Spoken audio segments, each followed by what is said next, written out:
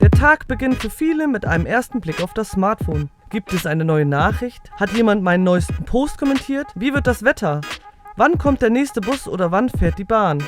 Unsere Zeit ist geprägt von vielen technischen Errungenschaften, die mit hohem Tempo auf uns Menschen einwirken. In meinem 4. Semester habe ich mich mit dem Thema Smartphone-Sucht auseinandergesetzt und musste mit Erschrecken feststellen, dass ich eine gewisse Abhängigkeit vom Smartphone entwickelt habe. Aus diesem Grund habe ich meine Kamera in die Hand genommen, um dieses Thema zu dokumentieren. Wer hätte vor 10 Jahren gedacht, dass Wörter wie zum Beispiel Twittern, Chatten, WhatsAppen, Liken, Posten, Followen zu unserem täglichen Sprachgebrauch gehören? Besonders schnell entwickeln sich neue Möglichkeiten beim Umgang mit dem Smartphone, die es uns ermöglichen, immer und fast überall online zu sein. Deshalb sind viele, besonders junge Leute, schon völlig abhängig von dem kleinen Gerät und können sich ein Leben ohne ständig vernetzt zu sein gar nicht mehr vorstellen. Anbieter locken mit günstigen Tarifen und suggerieren uns, dass wir so etwas brauchen, um mit der Zeit Schritt zu halten. Ich habe jetzt auch ein Smartphone, halbes Jahr ungefähr, und eigentlich nur, weil meine Schwester ein neues bekommen hat und gesagt, willst du nicht mein altes haben? Und ich habe gedacht, ich probiere das mal, wer weiß, wie es wird. Und ob ich es überhaupt verstehe, war auch schon die Frage. Aber ich muss sagen, es ist ganz, ganz leicht, auch für meine Generation, das zu lernen und zu benutzen. Ich benutze aber vorwiegend Telefon, manchmal SMS, aber ganz neu dieses mit WhatsApp, das finde ich super. Das Schöne bei der WhatsApp ist, man kann mit der Familie, die auch ein Smartphone haben, einfach mehr kommunizieren und man ist öfter im Gespräch. Das finde ich gut. Grundsätzlich halte ich eigentlich diese neuen Technologien für schon eine schöne Sache, weil man halt dadurch viel Zeit und Geld halt sich auch sparen kann. Also wenn man zum Beispiel unterwegs ist, man weiß nicht weiter, weiß nicht, wo man ist oder so, und man hat aber über sein Handy Zugang zum Internet, dann findet man aus der Situation alleine wieder raus.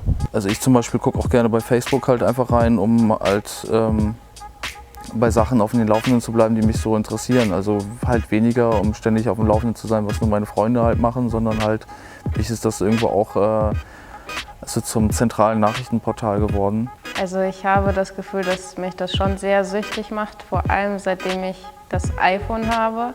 Ich finde, da ist die Sucht sehr extrem gestiegen. WhatsApp, Facebook. Kann man das Handy nicht aus der Hand legen, läuft man Gefahr, soziale Kontakte zu vernachlässigen und alles der Zeit mit dem Smartphone unterzuordnen.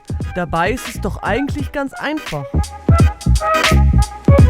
So ständig am Smartphone bin ich nicht. Ich sehe das bei meinen jüngeren Kollegen, die dann bei jeder Pause, bei jeder Unterbrechung schnell mal drauf gucken, ist eine Nachricht gekommen oder schreiben eine oder spielen kurz für 2-3 Minuten. Das finde ich fast zu viel. Was ich halt schon auch mache, ist tatsächlich dann aufzustehen, das Handy zu holen und erstmal eine Runde zu surfen, so, also wieder zurück ins Bett zu gehen mit dem Handy. So. Ich versuche mittlerweile auch die Leute anzurufen, wenn ich Zeit habe und Freunde oder die Familie Zeit hat, anstatt mal zu schreiben, weil dann schreibt man sich so lange Nachrichten, anstatt kurz 2 Minuten zu reden, und das ist dann auch wieder unnötig und man sitzt, ich merke das auch an meiner Haltung, ich sitze dann immer so wie so ein Kartoffelsack davor und schreibe dann auch manchmal eine halbe Stunde, anstatt einfach nur 5 Minuten zu telefonieren, und man merkt dann auch, finde ich, mehr, wie der Mensch reagiert, die Emotionen und sonstiges, anstatt dass jemand zum Beispiel ein Smiley schreibt und in Wirklichkeit was ganz anderes denkt. Ich laufe ja gerne, jogge so 2- bis 3-mal die Woche und habe auch eine Lauf-App runtergeladen. Und dann kann man eben ganz gut sehen, wie viele Kilometer ist die Strecke, wie schnell, wie lange ist man unterwegs. Und ich bin ja früher schon gelaufen und weiß jetzt also, aha, das sind 5 Kilometer, das sind 3 oder das nur 4 oder das 10. Und versuche aber, mich von der Rantastic-App nicht leiten zu lassen, zu denken, gestern war ich nicht so schnell, muss ich morgen ein bisschen länger laufen oder ein bisschen weiter. Ich mache das einfach nur zur Information. Ich versuche nicht jetzt daran mich drängen zu lassen, auch wenn die am Ende der Woche immer Bravo sagt, du hast zweimal so und so viel erreicht. Sie sagt es immer positiv, die Nachricht, aber ich versuche das zu ignorieren. Ich will mich davon jetzt nicht so unter Druck setzen lassen. Ich schätze so persönlichen Kontakt mehr als dieses Rumgeschreibe bei Facebook, bei WhatsApp, wo auch immer.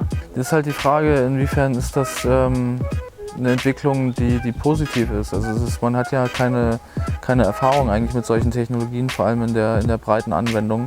Und man weiß gar nicht, wie die langfristigen Auswirkungen sind. Einfach darauf achten, welche Apps man benutzt, wie lange man sie benutzt. Ich glaube, sogar dafür gibt es eine extra App, die das alles analysiert. Eine Woche kein Facebook oder Internet, wenn ich nicht gerade mich verfahren habe oder so, dann das kann ich mir auf jeden Fall vorstellen. Also einfach öfter mal eine kleine handyfreie Auszeit einlegen. Das kleine, nervige, brummende und piepsende Gerät einmal stumm schalten oder es einen Tag ganz ignorieren. Plötzlich wird man feststellen, dass man gar nicht so viel verpasst hat. Im Gegenteil, man hat Zeit gewonnen.